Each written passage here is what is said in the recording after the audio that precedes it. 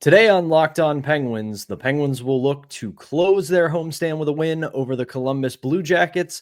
We saw some lineup changes at practice on Thursday. Then the Penguins will take on the defending Stanley Cup champions this weekend. Hunter and I are going to talk about all that and more on this edition of the Locked On Penguins podcast.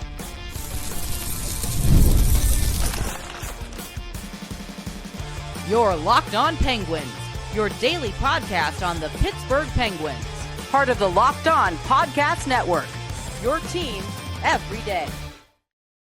Happy Friday, everybody, and welcome back to the Locked On Penguins podcast. I'm one of your hosts, Patrick Damp. You can follow me across all social media platforms at synonym for wet. Joined as always by the one and only Hunter Hodes. You can follow him on Twitter at Hunter Hodes. You can give our show's Twitter account a follow at LO_Penguins. And of course, we appreciate you making us part of your daily routine.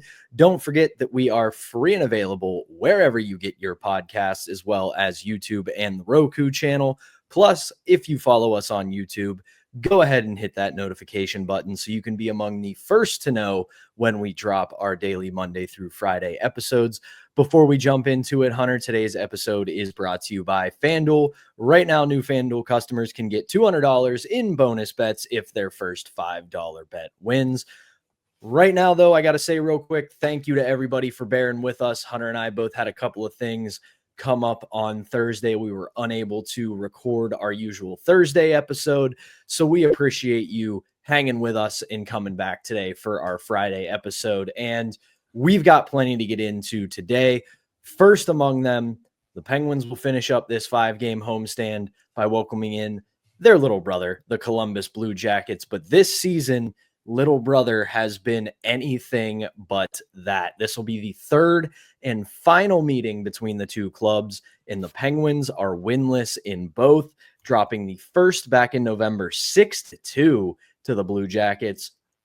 And then in the second, they lose 4-3 in a shootout after the Penguins have a 2-goal lead, which they were unable to hold on to. So the Penguins trying to salvage a win against a Columbus Blue Jackets team that has been a pretty good story this year. Right now, they are in the thick of the wild card playoff race, just 3 points behind the Montreal Canadiens for the second and final wild card spot. They are chasing the New York Rangers and the New York Islanders. Good Lord, Islanders, go away already, but I digress. So they're coming off a pretty tough 1-0 loss in overtime to the Florida Panthers on Thursday night. And this kind of shows us where this Columbus Blue Jackets team is developmentally. They went toe-to-toe with the defending Stanley Cup champions. They only lose a 1-0 game in overtime to a Florida team who is still pretty good. I'm not sure I would say they're as good as they've been the last couple of years. Part of that is injury. Part of that is probably fatigue. Part of that is some players have left, but still a very solid team who the Penguins will see this weekend, but we'll get into that later in the show. But for the Penguins, eventually, regardless of where this season is going, you got to try to gut out a win against a team that historically you have dominated. And this season, they've kind of taken it to you. Yeah, I mean, the Penguins got blown out in Columbus earlier this season. Penguins probably should have won that second matchup, in my opinion. The Penguins, remember, Pat, they were up 3-1 with less than half a period to go. This was when they were very much still in the race this season.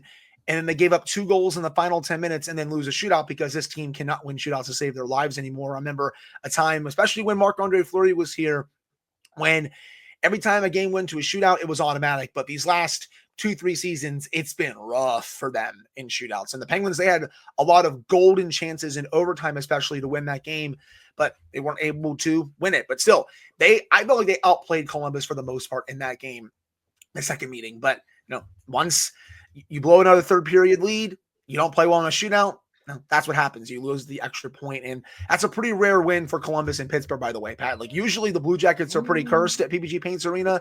They were able to get a pretty rare win, and that one they'll go for 2 in the same season. My dog here she's upset by it as well. But Columbus, man, they're desperate. Like, that's the biggest thing for me. They've lost 5 in a row going into this game. They're 3 points out of a playoff spot. They need this game against the Penguins. Second half of a back-to-back, it's going to be a bit tougher, but still, they're in a playoff race. This has been such a great season for them. They've come out of nowhere. No one expected them to be this good. They've got contributions from everywhere in their lineup. Did you know they have 5 20-goal scorers this season? Some people, like, you look at their lineup and be like, oh, like they're still lacking that true high-end player. And while I would be inclined to agree with you, they still have a lot of really good depth. Voronkov has been awesome this year. Adam Fantilli is going to be a thorn in a lot of team sides in the Metropolitan Division for a long time. Kirill Marchenko is having a massive breakout season. Zach Werenski defensively, I think, is having the best season of his career. They have a lot of really good young talent here. And if they make some additions over the offseason, it won't be long, Pat, I think, until they're a Stanley Cup contender. Like, this is a good team this year. They may not make the playoffs, but they're miles ahead of where I thought they would be. This is going to be a very tough game for the Penguins. They are the Blue Jackets also 11th in the league in goals for per game. Defensively, they're giving up close to 2.5 goals per game, so a little below average. But this is a team that can put the puck in the back of the net. The Penguins are going to have to, again, bring that LA/Washington blueprint from earlier in the season into this game if they want to win it. And honestly, we could even say that second game against Columbus blueprint as well, where they were doing a great job through 50 minutes before just scrapping the bed. Yeah, you can't have another game this season where you play the hits, as we said a few days ago after the Islanders game, where you play pretty well for 85, 90% of the game, maybe even 75%. And then that last 25, 10, 15, whatever you want to call it, you kind of go to sleep. Because if they put together a full 60-minute effort, I do like their chances against this Columbus team, because this is a Columbus team that is too young to know any better, but still too young to know any better. They aren't supposed to be here right now. They're supposed to be a team that is rebuilding and figuring it out, finding out what they have in their young talent, in some of their younger players. And they're all taking big steps this year. You said it about Adam Fantilli. There were some questions early on about him. Was this the right pick? Is this kid going to turn into what everybody thinks he's going to? This year, he is telling all of the critics to go pound salt, because he has looked very good and he is on a solid developmental track. And I will say this about Columbus. You look at, excuse me, everybody kind of wants to throw out Elvis Merzlikins, and I get it. He is pretty inconsistent, but you look at how this Columbus Blue Jackets team is playing this year. They're a little bit spotty defensively. They're not a very good defensive team. And he still has put up in 45 games an .897 save percentage. On its face, that's not very good. But when you put it in the context of this is a Columbus Blue Jackets team that struggles a little bit defensively, the fact that he's hovering around league average tells me when this team takes a step defensively, he's making a solid case to be their long-term starter, because if he can hover around league average with a young, developing team that is going to eventually learn how to play better defense, he could be a good starting goaltender. However, would be shocked if he starts tonight, because he did start last night against the Florida Panthers. So we probably could see Tarasov tonight in net at PPG Paints Arena, who this is a goaltender for the Blue Jackets who has struggled. Only been in 17 games, .882 save percentage. So if you're the Penguins tonight and Tarasov gets the nod, you have to take advantage of playing against a subpar goaltender. That's fair. I also will say, don't rule out the possibility of them going to Merzlikins on the second half of this back-to-back, just because of how important this game is to the Blue Jackets. Again, they've lost 5 in a row. They're 3 points out. They need to bank points. Like, there have been times this year where they've been in that second wildcard spot. Like, they're going for that final playoff spot in the Eastern Conference, but feels like the last week, 10 days, they've hit a little bit of a wall. I'm not really going to sit here and say yet that they maybe run out of gas or anything like that, but just don't be shocked if they did go back to Merzlikins, considering A, he played great against the Panthers last night, And B, they really need the points. Merzlikins, he's above water in goals saved above expected this year, 1.4. And you're right, Pat. Like, if they can make a couple adjustments to their defensive group over the offseason, whether it's via trade or via free agency, he could definitely put up better numbers next year. Like, this is already one of the better offensive teams in the league. Again, they're 11th in the league in goals for per game. They know how to put the puck in the back of the net. They have a really nice balanced lineup. And I do think a time is coming where they might get a bona fide superstar, whether it's free agency or via trade. But still, they're offensively great. But if they can make a couple adjustments to the way they play defensively and maybe get one or two better defensemen in their lineup, this team's going to be very scary for a while. Yeah, Dean Evison has them playing good hockey, yes. And we said it when they were on their general manager. Yeah, and we said it over the summer, and a lot of people did when they were on their general manager hunt, that whoever took over, ultimately it was Don Waddell, that whoever took over Columbus was going to be in a very advantageous situation. They don't have a ton of salary cap restraints. There's no real boat anchor contracts. They've got a ton of draft capital. They've got a ton of good prospects. So they play their hands right. And so far they really have. This is a team on the rise in the Eastern Conference that if they continue on this track over the next 5 or so years, this is not going to be just the cliche, scrappy Columbus Blue Jackets. Look at them. They're finding a way. This is going to be a team that is really dangerous. And that's why I'm also hoping that this Penguins rebuild, retool on the fly turns out and goes well, because a real actual Columbus-Pittsburgh rivalry would be awesome. Because you look back at the last decade or so, it's like I said about the Columbus teams. They were just these kind of scrappy underdog. They're fighting above their weight class and they're figuring it out. I want to see a Columbus team that has a strong foundation, that has a strong supporting cast, and can be an actual threat and not they snuck up on us because we didn't think they were that good. They're well on their way to doing just that. So we will see what happens, but big game tonight in Pittsburgh. Not only is it the annual Sportsnet Pittsburgh Lemieux Foundation charity game, it's the Phil Kessel bobblehead night. So big night at PPG Paints Arena. You're going to want to be there for that one. Hunter and I will recap this game on Monday, so be on the lookout for that. But that is going to do it for our first segment. When we come back, we saw some lineup changes at practice on Thursday. We will dive into those and give our thoughts right after this. But first, we've got to send it to a message for you from Bear Mattress. Did you know getting a good night's sleep is the #1 recipe for long-term success in life?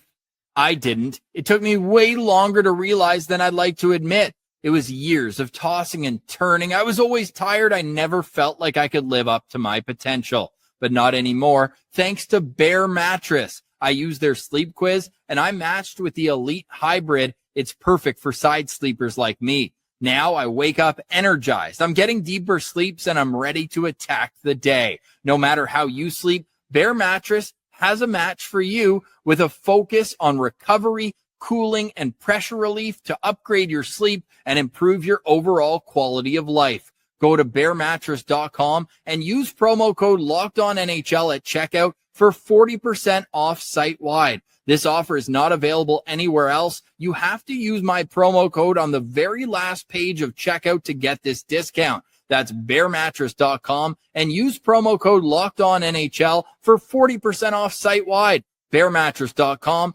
promo code LOCKEDONNHL. All right, we're back here on the Friday edition of Locked On Penguins. I'm Patrick Damp alongside Hunter Hodes. We got a few changes in practice on Thursday when the Penguins were at the Lemieux complex. Chief among them that I know you would like to talk about, Hunter, is that we got some changes on defense. We had some switch ups of the pairings. Connor Timmins gets promoted to the first pairing alongside Chris Letang, and Vladislav Kolyachonok is down on the third pairing with Ryan Graves. Matt Grzelcyk, Erik Karlsson remains untouched. So Hunter, your thoughts on that move? while I do think Connor Timmins deserves a promotion with the way that he has played, the one thing I don't like about it, Pat, is that it forces Letang to play on his offside. He has really struggled throughout this year, in my opinion. I feel like his skating is not nearly as good as it used to be. I feel like his decision making has also gone downhill a little bit. And again, people, you will not find a bigger Chris Letang fan than me. I have loved this player ever since he came into the league. I am part of the Letang cult, as some people on Penguins Twitter coined it and such. His number is going to be retired, in my opinion. One day, I think he's also going to be in the Hockey Hall of Fame. He is Penguins royalty. But this year, he has not been as good. Father Time, you can tell, has really creeped into his game a bit.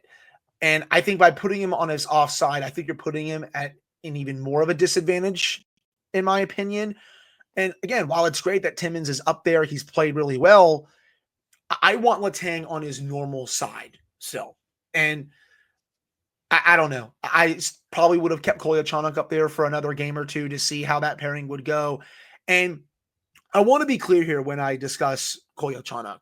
I'm not sitting here and saying this guy is a shoehorn. Oh, he's going to be a great top four defenseman for many years to come. No, the sample size is good, though it's very small. And because of that, I still want to see if he can play good minutes on that top pair. I didn't like, for example, that he was very limited in the third period last game. I felt like you could just play him a bit more. I don't really think he made any mistakes in the third period. Again, his shifts were few and far between the third period. I went back and watched them. I didn't see a good reason for him to be benched. I didn't agree with that decision from Mike Sullivan at all, which is why, in my opinion, I would have went back to that pairing and be like, okay, I'm still trusting you to be on that top pairing. Yeah, I know I limited your minutes in the third period, but I'm going to send you back out there with Chris Letang and see how you do against a young and hungry Columbus Blue Jackets team. That's what I would have done. Again, people, I think his ceiling is probably a bottom pairing defenseman, but I still want to see what they have in this player, which is why, again, I just don't really like Timmins. I'm not Timmins, excuse me. I don't like Letang on his off side. Like, you have Letang and Carlson on the right side for a reason. Why change it for the sake of changing it? I don't know. I think Mike Sullivan is doing the classic situation where, you know what, I'm going to throw all my lines and pairings in a blender after a really ugly third period loss to the Islanders once again. That's what I honestly think he's doing, because I saw some people freaking out also about Connor Dewar on the second line. And while I understand it a little bit because I like Dewar and Lizotte together quite a bit, I think they've put together some really nice shifts. I get to a degree why Sullivan wants to see what Dewar can do with Malkin, because he has been good since coming over from Toronto. You know, he's scored a few goals. He forechecks his butt off. He goes to the dirty areas around the net. And Evgeny Malkin loves playing with those types of players. So I get it, even though I also understand why some fans are a bit hesitant about it. Because, you know, you look at the rest of the lines here, Pat, you know, Dewar with Malkin and Tomasino, the top line is staying the same. Danton Heinen with Kevin Hayes and Boko Imama. And then you have Blake Lizotte with Kopanen and Nola Chari. So it looks like they're just going to roll with those lines tonight. Again, on one hand, I don't like making your bottom six a little bit worse, even though it's not good to begin with. And we know this team is not very good this year.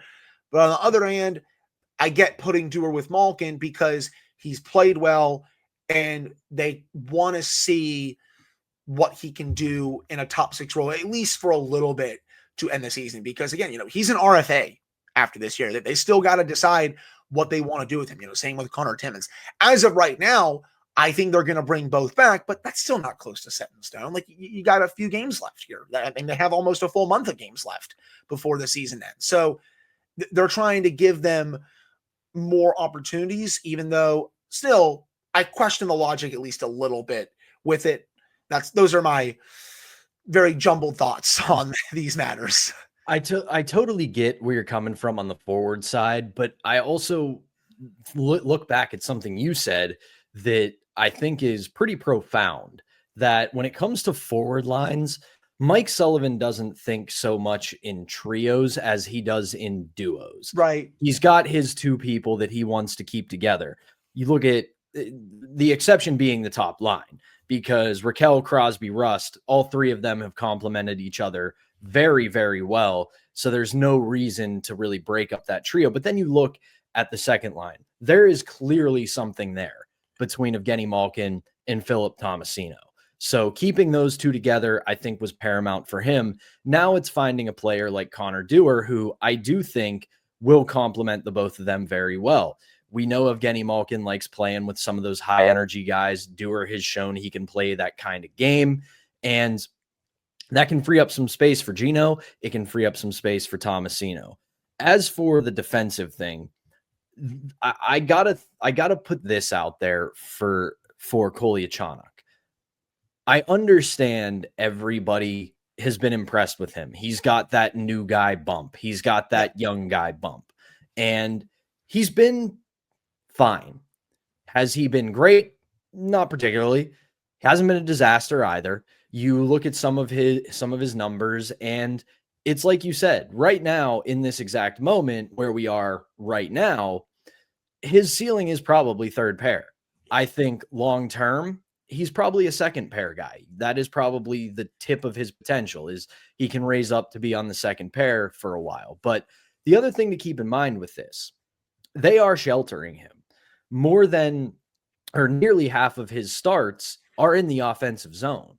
And then you dig into all of his, again, it's a small sample size, but still, you look at a lot of his analytics, he's underwater in a lot of things, not by a lot. It's, 47, 48, 49%, but still underwater. So he wasn't exactly thriving in the role he was given, wasn't sinking either. So I think at this point, you look at it this way. He's 23. He's shown he can play at an NHL caliber level, but you also have him through next year. So you have time to figure this out. Putting him on the third pair, I think, is perfectly fine.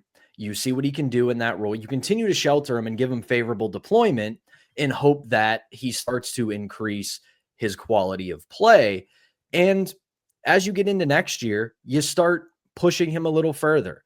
Can you play second pairing minutes? In a pinch, can you fill in on the top pair? This is something that I have been saying for quite a while.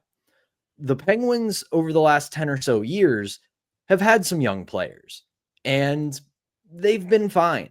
We want them to be great as fans because we have been begging for young talent. We have been begging for young players to come in and make a difference.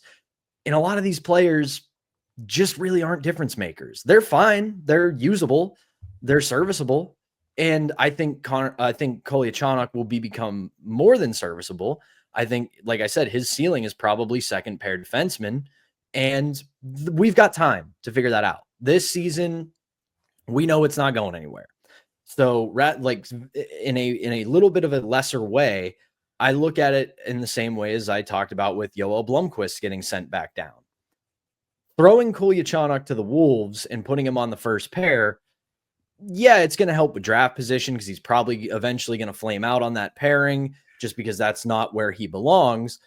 But they clearly see something in this kid. So rather than throwing him directly into the fire, they're going to shelter him. They're going to let him develop. They're going to let him build his confidence. And that's better in the long run for him rather than, hey, guess what? You're the 23-year-old who had a couple good games.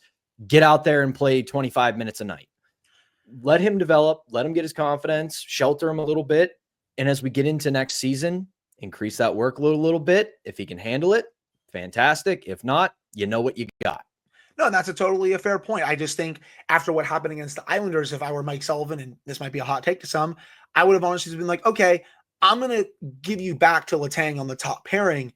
But if you go out there and maybe struggle a little bit, you're then going back down to the third pairing. I just don't think I would have done it after he was limited in the third period, even though I don't think he did anything egregious in that period. I think I just would have been a bit slower with the demotion, Pat. But if he were to struggle in this game, for example, if they went back to him on the top pairing, I'd be like, okay, now we're going to put you down on the third pairing, for example, after we gave you another shot with Letang. I just would not have done it that quickly, I guess. That's the only point I'm trying to make, man. Because the other thing that we know about Mike Sullivan, he's not afraid to shake up his lines or his pairings. So if he plays well tonight or plays well against Florida, there's a real world where he can get some better looking minutes. Especially, he's got to shelter Ryan Graves tonight, man. That's going to be I'm curious to watch that pairing and then also check out the numbers after the game.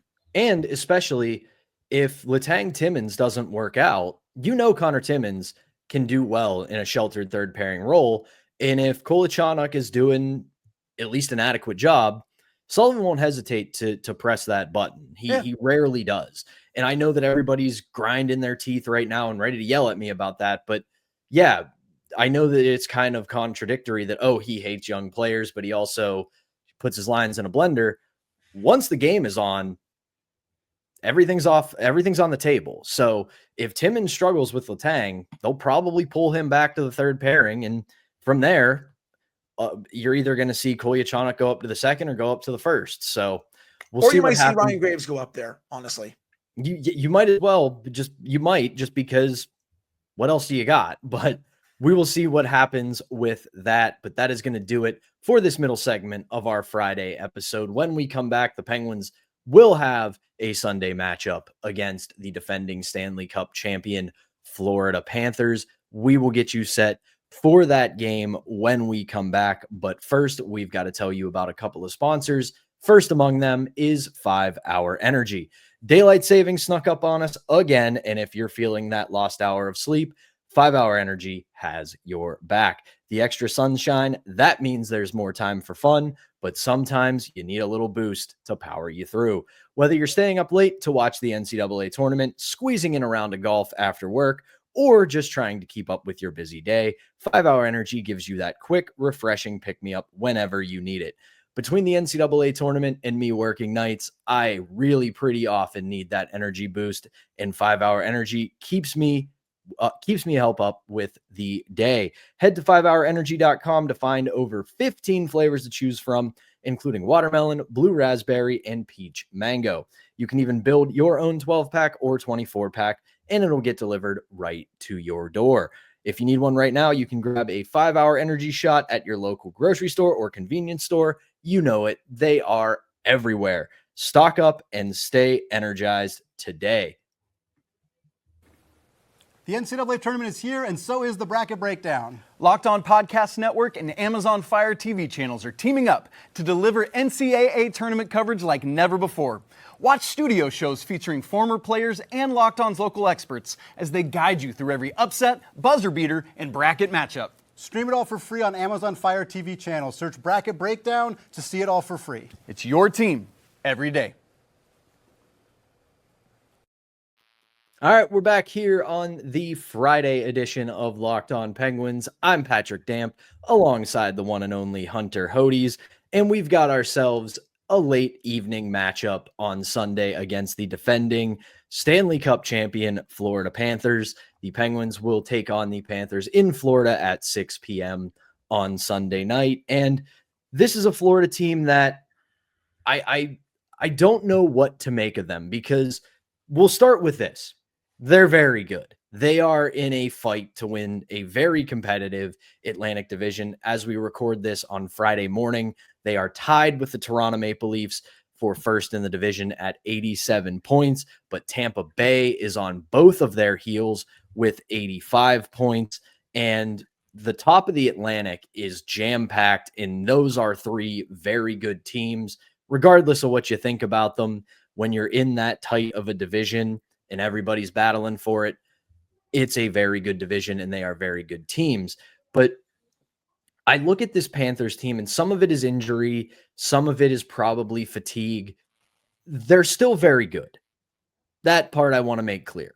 But I look at Florida right now, and it kind of feels like down the stretch, they're fading a little bit. You obviously know Toronto is doing their Toronto thing, having a good regular season. We'll see if it translates. Tampa did the whole forgot about Dre thing, and they were like, hey, we're still here. We're still extremely good, and they are very ascendant.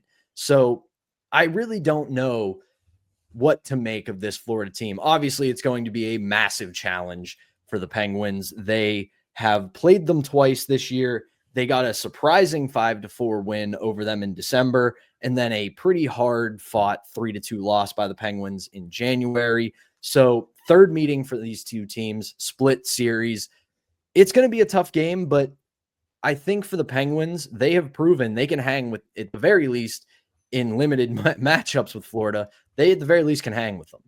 They have played the Panthers very tough in both games this year. Remember, they had multiple chances to even win that second meeting against them. They did get the tying goal late in the third period, played a really fun overtime.